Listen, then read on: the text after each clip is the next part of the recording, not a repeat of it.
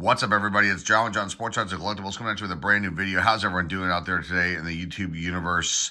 We're back today with a older product, 2004 Upper Deck Rivals.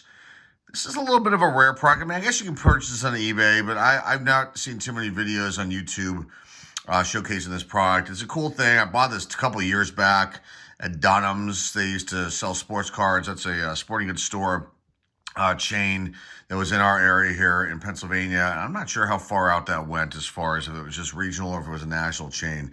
But they sell cards there, and I picked this up along with a lot of other things we've showcased here on the channel over the last few years. And this one, as I was going through some of our boxed up items, I came across this and thought, well, let's get into this. It's a 30 card set of the greatest rivalry in sports at that time, 2004. I think it's arguably still one of them in baseball. It has one commemorative oversized card highlighting the greatest players and moments in the Rivals' history. There's one what if insert featuring commentary from Peter Gammons, and I think that there is the possibility of autographs in here, auto cards, but I don't know what the odds are on that. So we're going to get into this in 1 second.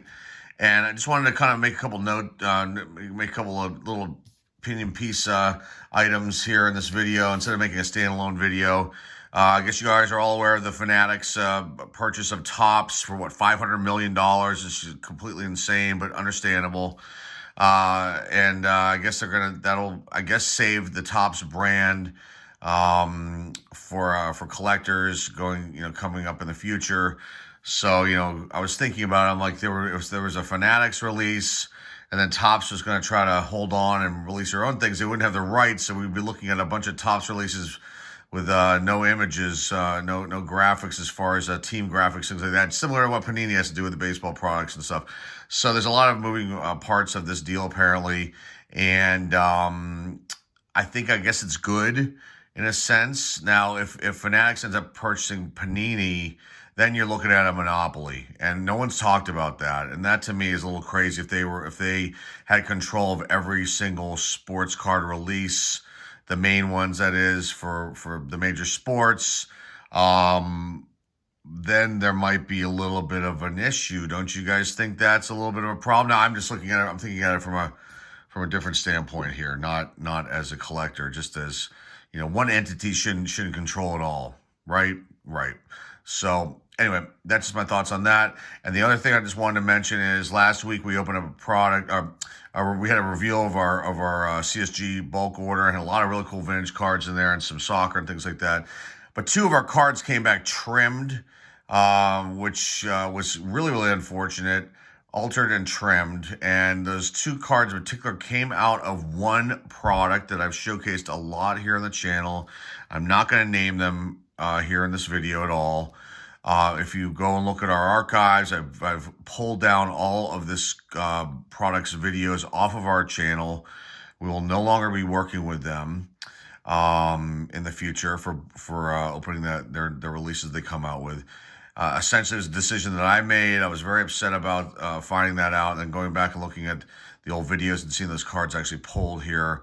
I can't take any chances having this kind of thing show up in products that I showcase here that you guys might want to purchase at some point. So I sever my ties with this company, and you won't see any more of that product showcased here on the channel or any further mention of them here. And just if you know what I'm talking about, just be cautious purchasing that product. I mean, it was a great thing, a decent relationship. I was excited to open up all the various products that they sent us. Because a lot of these cards I didn't have, or some I did, but these were in much better condition. But I can't have anything strange happening here. So that's done, in case anybody wondered. So didn't want to make a standalone video on it, and thought I should just mention it in case anybody wondered. Where'd those videos go, John? Well, they're now gone. They are put in private and will not be seen again on the channel here. Okay, here we go. Let's get this open. So they wrapped this thing twice. This was originally $9.97, or that was the reduced price. I don't know what the retail cost on this was.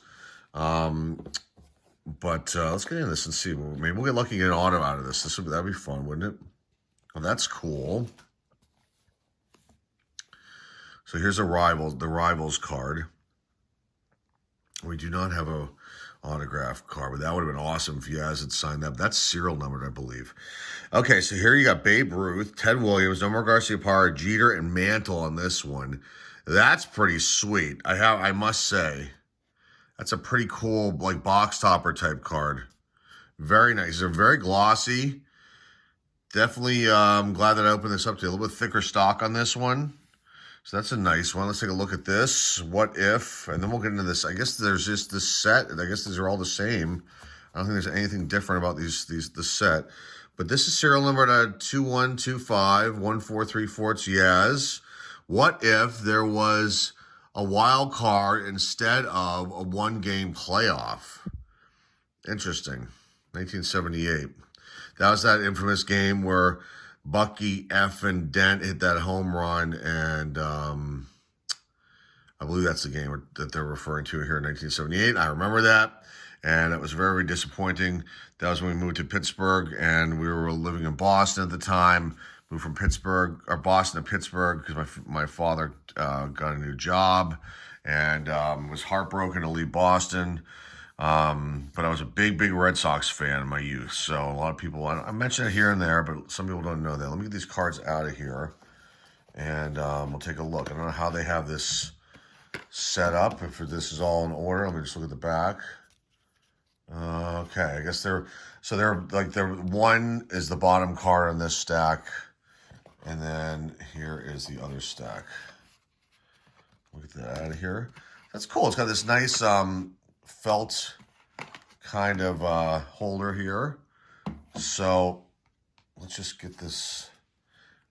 And a couple of these cards have some dings, probably because I will say this: as nice as this felt package is, getting these cards out of here might have dinged one of my mistake. But there are those. Let's get into these. Okay. All right, so we're gonna be going from one is the first card on the bottom here, but let's just see. So Yogi Berra, and these are very, very nice. Nice gloss. Here's the back looks like. So we're not going to read over every single one. We'll just, call it the names. But, okay. So you got Roger Clemens and then Roger Clemens, both for the Red Sox and the Yankees. Whitey Ford. Pretty cool. Phil Rizzuto. So if you're a Yankee fan, you're probably loving this. I wonder if this side's going to be all Yankees. It might be. And the other side, yes, that's how the box is. So this side here is Yankees, and the other side's Red Sox. Okay. Phil Rizzuto. Maybe not. Pedro Martinez. I guess I'm wrong in saying that. Nice. Mike Mussina.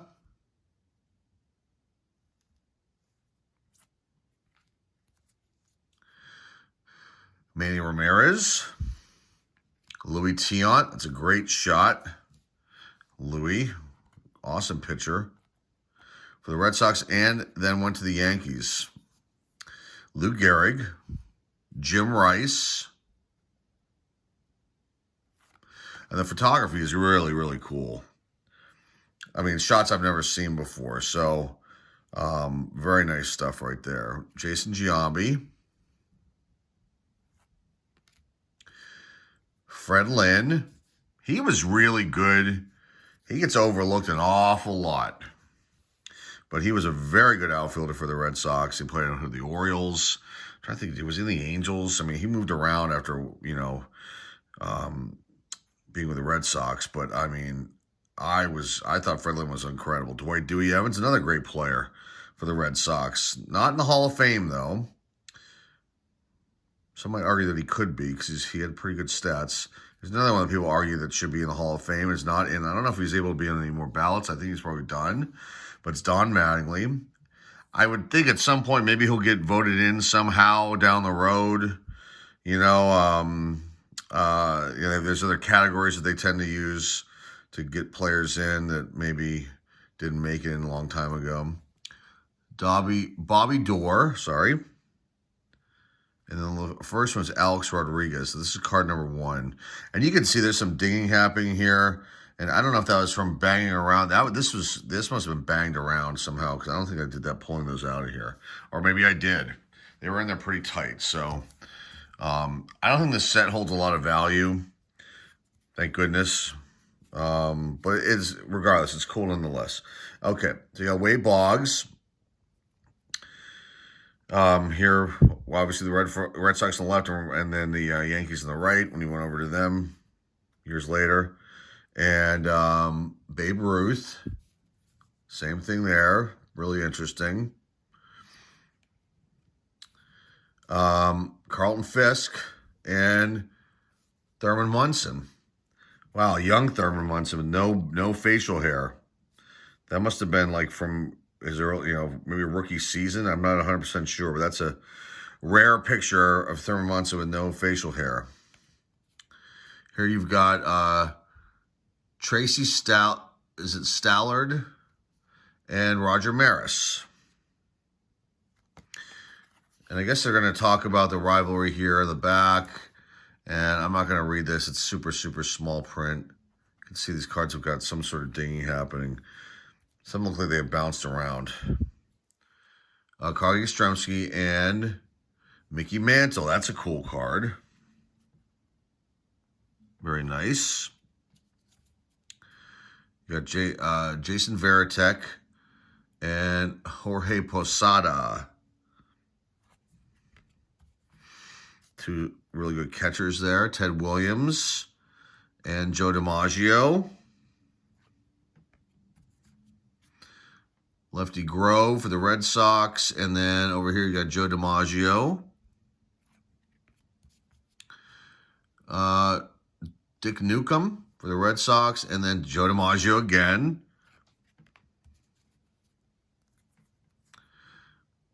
Curt Schilling.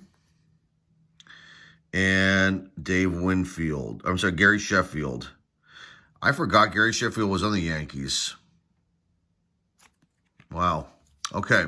Nomar Garciaparra. And on this side, you got Derek Jeter, the captain. Mike Torres, another great player, great pitcher for the Red Sox. It's overlooked an awful lot. And over here, you've got Bucky effing Dent. That has to be for that home run. Let me just read this real quick. I wonder if this is he was the one. He was the Torres threw him that pitch, so that he's a victim of that home run. So that was, oh man, I do not like to remember that. Don Zimmer, great coach there, and Billy Martin, two awesome coaches right there. Big, larger than life personalities, very loud individuals. And the last one here, we have Tim Wakefield. It was actually with the Pirates. He was on our Pirates. This card's very dinged up.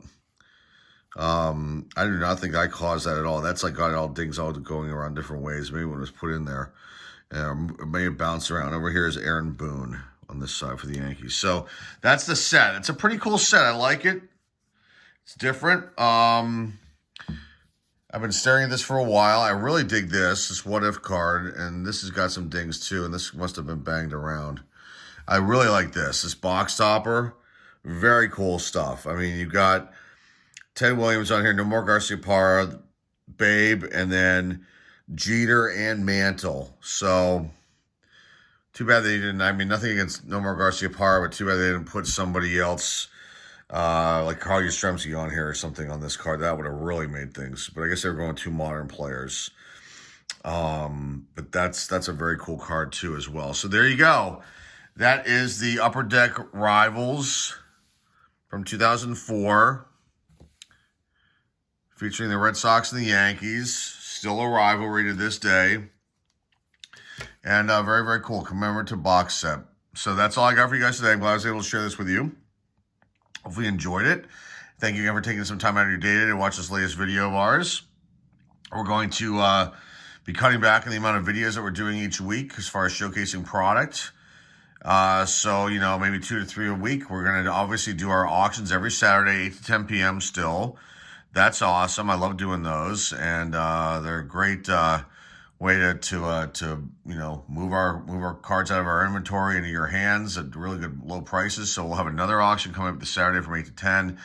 But you're going to be seeing less and less videos each week, because I don't anticipate. I'm not. We're kind of done running around buying all that product. It's kind of crazy. After I sat down after the holidays were done and looked around at everything and thought about how much money has been spent to showcase product here on this channel, and it was astronomical. And I just decided this is insane. I like collecting cards, but this is kind of nuts, and I don't need every single new release that comes out. And to me, it's like, what's the point of those? Those cards, are now sitting in our inventory, and I can't do anything with them. So that's why a lot of them are going to be incorporated into the auctions in the future ones. So you'll see less and less videos here on the channel, some card videos, comic book videos, things like that. But yeah, I've talked about it a few times, but we can see obviously the changes happening with no video yesterday, and maybe only a couple this week. That's the way it's going to go from this point on. And I hope you guys stick around. Appreciate your support here. And that's all I got, though. So remember to like, subscribe, comment down below, share this video with your friends, family, loved ones. Our eBay store links down below in the description as well. And I'll be back. We'll have a comic book video tomorrow. We're going to open up a vintage comic book bag. And maybe one more video this week, and then our auction. So look out for those videos this week. And then, of course, our auction, like I said, this Saturday, 8 to 10 p.m. That's all I got for you guys today. Thanks again for stopping by. Take some time out of your day. This is John Sports Cards signing off. We'll see you all soon.